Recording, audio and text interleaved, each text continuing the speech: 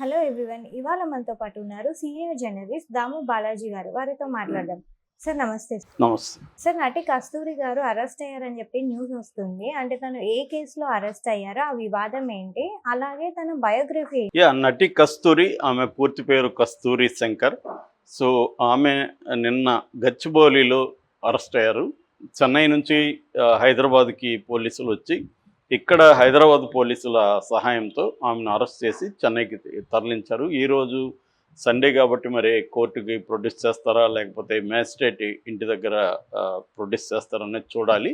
ఏదేమైనా నిన్నైతే అరెస్ట్ చేసినట్టుగా కన్ఫర్మ్ అయింది.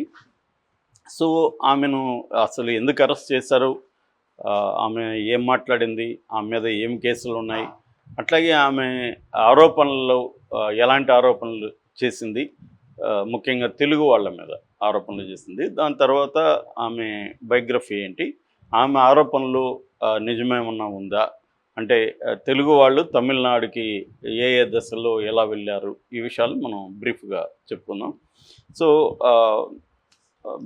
బేసిక్గా ఆమె ఏం చేసిందంటే నవంబర్ 3వ తేదీ హిందూ మక్కల్ కచ్చి అనే ఒక సంస్థ, హిందూ మక్కల్ కచ్చి, మక్కల్ అంటే ప్రజలు, కచ్చి అంటే పార్టీ, హిందూ ప్రజల పార్టీ అనుకోవచ్చు. ఒక ప్రధానంగా బ్రాహ్మణుల సంఘం అదే అని చెబుతారు. అందులో ఈమె మాట్లాడింది, ఆ సమావేశంలో మాట్లాడింది. ఆ సమావేశంలో మాట్లాడుతూ ఆమె ఏం చెప్పిందంటే తెలుగు వాళ్ళంతా వచ్చి ఇక్కడ తమిళనాడులో డామినేట్ చేస్తున్నారు. యాక్చువల్గా వాళ్ళు ఒకప్పుడు తమిళ రాజుల దగ్గర కోర్టిజాన్స్గా లేకపోతే చెలికత్తెలుగా లేకపోతే వాళ్ళ అసిస్టెంట్లుగా పనిచేసిన వాళ్ళు. సో వాళ్ళు వచ్చి ఇప్పుడు తమిళ ప్రాంతాన్ని డామినేట్ చేస్తున్నారు అనేది ఆమె ప్రధానంగా మాట్లాడింది.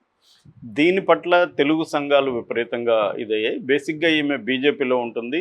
మొన్న జరిగిన 2024 లోక్సభ ఎన్నికల్లో కూడా ఈమె మదురై నియోజకవర్గంలో బీజేపీ తరఫున క్యాంపెయిన్ కూడా చేసింది.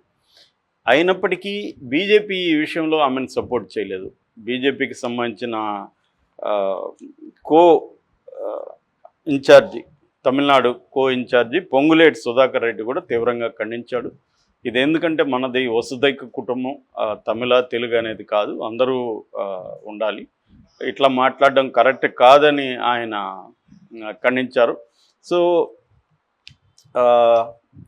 బీజేపీ కూడా దీన్ని సపోర్ట్ చేయలేదు. తెలుగు సంఘాలు విపరీతంగా తమిళనాడులో, ఎందుకంటే తెలుగు సంఘాలు చాలా స్ట్రాంగ్గా ఉంటుంది. తమిళనాడులో తెలుగు వాళ్ళు చాలా అనేక పొజిషన్లో చాలా స్ట్రాంగ్గా ఉంటారు. సో ఎందుకంటే ఒకప్పుడు మద్రాస్ ప్రెసిడెన్సీ కిందనే అందరూ ఉన్నాం కాబట్టి అప్పటి నుంచి కూడా తెలుగు వాళ్ళు అక్కడ బలంగా ఉంటున్నారు. ఎందుకంటే మనకు బార్డర్ స్టేట్. ఫర్ ఎగ్జాంపుల్ మా ఊరు 9 కిలోమీటర్స్ తమిళనాడుకి బార్డర్, చిత్తూరు జిల్లాలో. మా ఊర్లో బైలింగల్ కల్చరే ఉంటుంది. చాలా రకాల కులాలు తమిళ్ మాట్లాడుతుంటారు. సో ఈ కాంటెక్స్ట్లో ఆమె మాట్లాడిన దానిపైన కేవలం విమర్శించడం, ఆమె కౌంటర్ ఇవ్వడం కాకుండా కేసులు పెట్టారు. ఈమె మమ్మల్ని హత్య చేసింది, ఒక తెలుగు సమాజాన్ని, తెలుగు ప్రజల్ని హత్య చేసి సమాజంలో విధ్వంసం సృష్టించడానికి ట్రై చేస్తుంది అన్న దీంతో బిఎన్ఎస్, భారతీయ న్యాయ సంహిత కొత్త చట్టం, దాని కింద ఆమె కేసులు పెట్టారు. సో అయితే ఆమె తర్వాత సారీ చెప్పింది, నేను అలా అనలేదు, నాకు తెలుగు వాళ్ళతో చాలా దగ్గర సంబంధం ఉంది, నాకు బంధుత్వం కూడా తెలుగు వాళ్ళతో ఉంది అని ఆమె చెప్పింది. బట్ ఎవరు సాటిస్ఫై కాలేదు ఆమె చెప్తే. సో దానివల్ల ఆమెను అరెస్ట్ చేశారు. అయితే ఆమె ఏం చేసిందంటే పరారీలో ఉన్నందుకు కొన్ని రోజుల నుంచి ఆమె ఎస్కేప్ అయింది. వాళ్ళ నోటీసులు ఇవ్వడానికి ఇంటికి వెళ్తే లాక్ చేసింది, ఎక్కడ ఉందో కూడా తెలియట్లేదు. ఈ సందర్భంలో ఆమె మద్రాస్ హైకోర్టులో యాంటిసిపేటరీ బెయిల్కి అప్లై చేసింది. అయితే కోర్టు బెయిల్ ఇవ్వడానికి నిరాకరించింది. సో కేసుని ఎదుర్కోమని కోర్టు చెప్పింది. దాంతో చెన్నై పోలీసులు ఆమెను నిన్న వచ్చి అరెస్ట్ చేసి అక్కడికి తీసుకెళ్లారు. ఇది బేసిక్ కాంట్రవర్సీ. ఇక్కడ మనం ఇంకొక 2 విషయాలు మాట్లాడుకోవాల్సింది ఏంటంటే ఈమె అసలు బయోగ్రఫీ అండి, ఈమె కాంట్రవర్సీలు గతంలో కూడా ఏవేవి ఉన్నాయి అనేది చూస్తే ఈమె నిజానికి వెరీ ఇంట్రెస్టింగ్ పర్సన్. ఈమె బ్రాహ్మిన్ ఫ్యామిలీ, వీళ్ళ నాన్న పిఎస్ శంకర్ నాయర్ కులము, వీళ్ళ అమ్మ సుమతి, ఆమె అడ్వకేటు, అయ్యర్ కులం, అంటే నాయర్ అయ్యర్ ఇద్దరు కాంబినేషన్ అది. సో దీంట్లో ఆమె తమిళనాడులో పెరిగింది. తమిళనాడులో ఎతిరాజ్ కాలేజ్ ఫర్ ఉమెన్లో చదువుకునింది. 92లో మిస్ చెన్నైగా సెలెక్ట్ అయింది. సో ఫెమినా మిస్ మద్రాస్గా కూడా ఆమె ఫెమినా వాళ్ళు కండక్ట్ చేసిన దాంట్లో సెలెక్ట్ అయింది. అక్కడ నుంచి కొన్ని మోడలింగ్ ఈవెంట్స్ అవన్నీ చేసింది. దాని తర్వాత 1991లో కస్తూరి రాజా అనే డైరెక్టర్, మన ధనుష్ ఉన్నాడు కదా వాళ్ళ ఫాదర్ అనమాట. సో ఆ కస్తూరి రాజా డైరెక్ట్ చేసిన ఆతా ఉన్ కోయిలీలే అనే ఒక సినిమాలో ఆమె యాక్ట్ చేసింది. ఆ తర్వాత పాపులర్గా చెప్పుకోవాలంటే ఇండియన్ కమల్ హాసన్ సినిమాలో ఆమె యాక్ట్ చేసింది. దాని తర్వాత మన అన్నమయ్య సినిమాలో యాక్ట్ చేసింది. సింబా అనే సినిమాలో యాక్ట్ చేసింది. దాని తర్వాత ఆమె సినిమా రంగం నుంచి సీరియల్స్కి వచ్చింది. సీరియల్లో మనకి స్టార్ మాలో ఇంటింటి గృహలక్ష్మి కావచ్చు, తర్వాత సీతయ్య రాముడికి కట్నం అనే సీరియల్ కావచ్చు, ఇలాంటి వాటిలో ఆమె చేసింది. సీరియల్స్ ద్వారా ఆమె ప్రజలకు ముఖ్యంగా మహిళలకు బాగా క్లోజ్ అయింది. అయితే ఆమె రాజకీయాల్లో కూడా వెళ్ళింది బీజేపీ తరఫున. అయితే కాంట్రవర్సీస్ ఈమె ముందు నుంచి కూడా కాంట్రవర్సియల్ పర్సన్గానే ఉనింది. మనకి చూస్తే ఈమె 2014లోనే టాప్లెస్గా ఫోటో దిగింది. టాప్లెస్గా దిగి the bodies of mothers beautiful body project అనే ఒక బుక్ అనమాట. ఆ బుక్ జేడ్ బియల్ అని ఒక ఆవిడ ఆమె ఆ బుక్ రాసింది. ఆ బుక్లో ఫోటోలు విని అందులో ఈమె న్యూడ్ ఫోటో కూడా ఉందన్నమాట. దాని మీద అప్పుడు తీవ్రమైన విమర్శలు వచ్చాయి. దాని తర్వాత 2017-18 ఆ ప్రాంతంలో రజనీకాంత్ మీద చాలా కాంట్రవర్సీలుగా ఈమె మాట్లాడింది. రజనీకాంత్ రాజకీయాలకు పనికిరాడని, ఇతను వేస్ట్ అని, తర్వాత రాజీవ్ గాంధీ అసాసినేషన్ గురించి కూడా రజనీకాంత్కి ఏమి నాలెడ్జ్ లేదని, ఇతను అజ్ఞానాన్ని, ఇలాంటి స్టేట్మెంట్లు ఇస్తే అప్పుడు రజనీ ఫ్యాన్స్ తీవ్రంగా ఆమె మీద విరుచుకుపడ్డారు. దాని తర్వాత ఆమె మీటూ మూమెంట్ మనకు తెలుసు.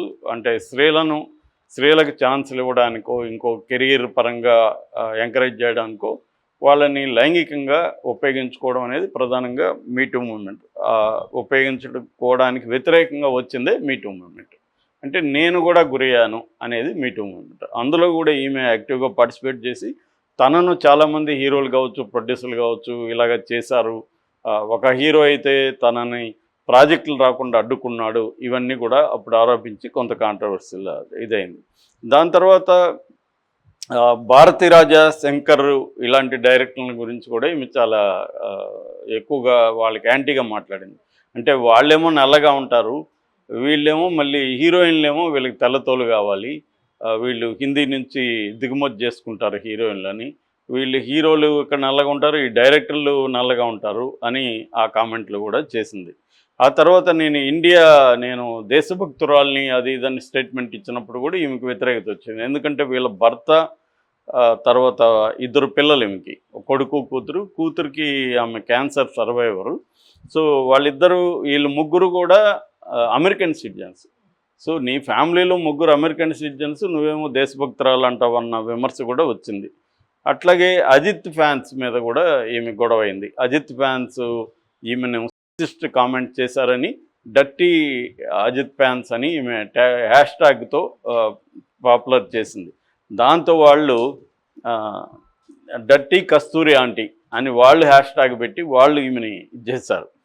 ఆ తర్వాత ఇప్పుడు లేటెస్ట్ ఇది. అయితే ఈమెకి ఇంకొక కోణం కూడా ఉంది. ఈమె వెరీ క్విజ్లో ఎక్స్ట్రాడినరీ అనమాట. అప్పట్లో BBC 2000లో పెట్టిన Indian quiz master mind India అనే ప్రోగ్రాంలో కూడా ఈమె యాక్టివ్గా పార్టిసిపేట్ చేసింది. తర్వాత కూడా అనేక టీవీ ఛానల్లో చిన్నపిల్లలకి క్విజ్ కండక్ట్ చేసే ఈ ప్రోగ్రామ్స్ కూడా ఈమె చేసింది. అటువంటి నాలెడ్జ్ ఉంది. అలాగే ఈమె అప్పుడప్పుడు టైమ్స్ ఆఫ్ ఇండియాలో ఆర్టికల్స్ రాస్తుంది. తర్వాత కుముదం పత్రికలో be simple keep it simple stupid అనే పేరుతో ఒక కాలం కూడా రెగ్యులర్గా రాస్తుంది. సో ఈమె నిజానికి ఆమె చాలా మంచిగా ఎదిగింది తన ప్రొఫెషన్లో కానీ, knowledgeable, at the same time కొంత కాంట్రవర్షియల్ నేచర్ కూడా ఆమెలో ఉంది. అయితే ఇప్పుడు ఆమె స్టేట్మెంట్ చూస్తే మనం తెలుగు వాళ్ళు అందరూ కూడా తమిళ రాజుల దగ్గర ఊడిగం చేశారా అంటే అందులో కొంత వాస్తవం ఉంది, అవాస్తవం కూడా ఉంది. ఊడిగం అంటే ఏంటి? తమిళ రాజులైనా ఏ రాజులైనా అనేకం వలసలు అనేవి ఎప్పటి నుంచో జరుగుతుంటాయి. యుద్ధాలు జరుగుతుంటాయి, వలసలు వెళ్తుంటారు.